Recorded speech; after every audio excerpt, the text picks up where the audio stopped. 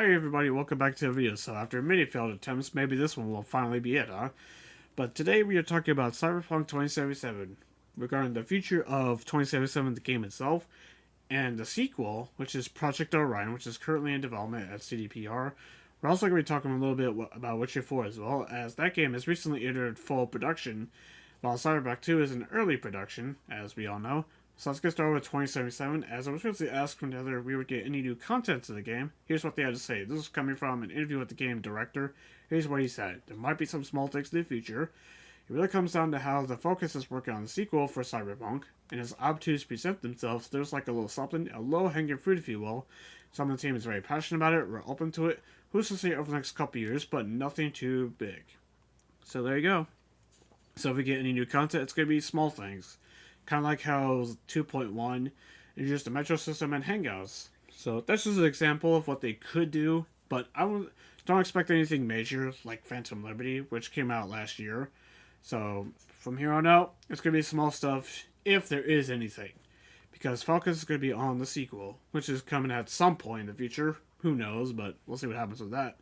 Now let's move on to actual 2077 2 and Witcher 4 then, shall we?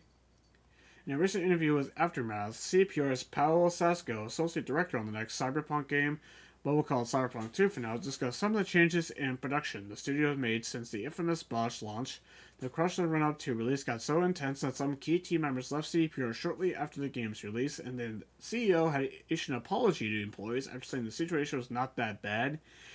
That's an understatement, to say it lightly.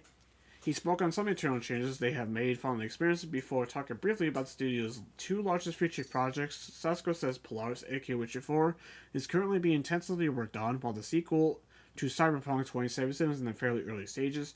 They first announced Polaris in October 22, which is aka Witcher 4.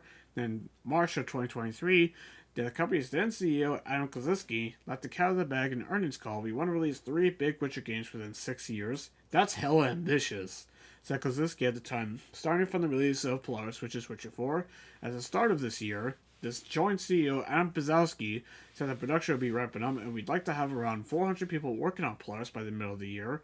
That's a big team, but thanks to some 2023 quarterly results we already knew, CPR had around 300 people working on the project last year, so this game has been well and truly underway for a while now. I'd imagine so that work on Witcher 4 started after the final DLC for Witcher 3 released all the way back in 2016. So that makes complete sense. So Witcher 4 has been in, I guess, pre-production for a while development on Cyberpunk was ramping up.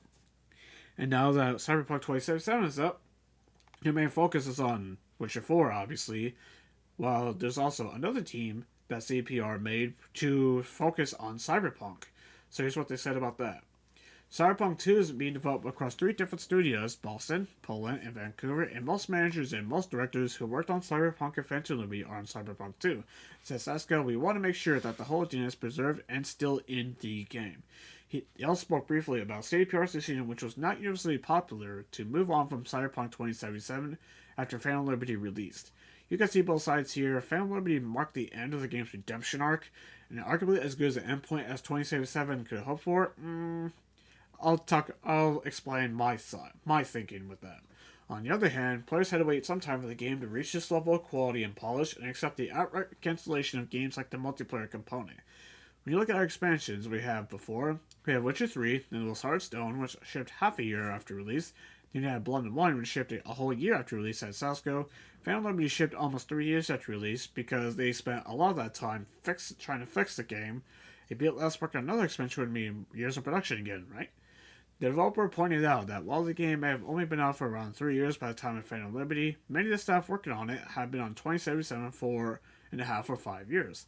Before that, I like the fact that we want to build another game. So I think it's time to move on. We want to make sure players extra things even patch 2.1. The Metro system hang out so that we gave players what they were asking for, but there is a moment when you know the story has been told and it's time to tell another. So, yep. Now regarding my thoughts on the whole saying the endpoint, I mean, considering how Phantom Liberty has been received really well, I mean, on one hand, yeah, I guess end it on a high note, but on the other hand though, they could have done so much more because there was actually cut concept from that game Like, for example, we were supposed to go to some space station at one point in 2077 during production, but that ultimately got cut. So maybe they kind of revisit that in the sequel. I forgot what the name of it is. It's like Crystal something. I can't remember, but that's just okay. That's just a hypothetical example. There's also the multiplayer component that ended up getting canceled, which it was rumored to be just like GTA Online, but for Cyberpunk. So, so I have a feeling that'll probably be in Cyberpunk too, because I think they said all their future games will have some form of component of multiplayer. So, for anybody say hoping for, kind of thinking microtransactions, yeah, that's for the multiplayer component. They said that they don't think microtransactions should exist in a single player RPG. Hey, and they're absolutely right on that. So, but we'll see if they hold true to their word on that, because then again, they said that Cyberpunk won't release until it's ready, and it wasn't ready when it released. It came out way too early, and we were fed lots of lies. You kind of get the whole idea, right? But still, though, that's in the past, though. Cyberpunk 2077 isn't a good place now, but we'll see what happens in the future. Hopefully they truly learn their lesson. That's all I can really say about that. I guess we'll see when Witcher 4 released, whenever that is. I could see Witcher 4 coming out maybe by the end of the console generation, maybe. But Cyberpunk 2, that is definitely a tension game. Holy crap, that's kind of crazy to even think about. That's kind of wild, but time flies, but I guess we'll see what the future of Cyberpunk 2077, and I'm all for it because I really loved Cyberpunk 2077, despite the shape the game was in when it first released. I mean, it was still a good game. It still was, but it just was not ready for prime time. It really wasn't. And because saying that, the game got taken off of the Sony store, which was kind of wild, but hopefully CDPR learned their lesson with it. But I guess time will tell. Well, I'll be watching CDPR. Well, I'll be watching. But that's all I gotta say on this video. What do you guys think? Comment down in the comment section below. And if you like this video, hit the like button. And I'll see you on the next one. Till then, have a good one.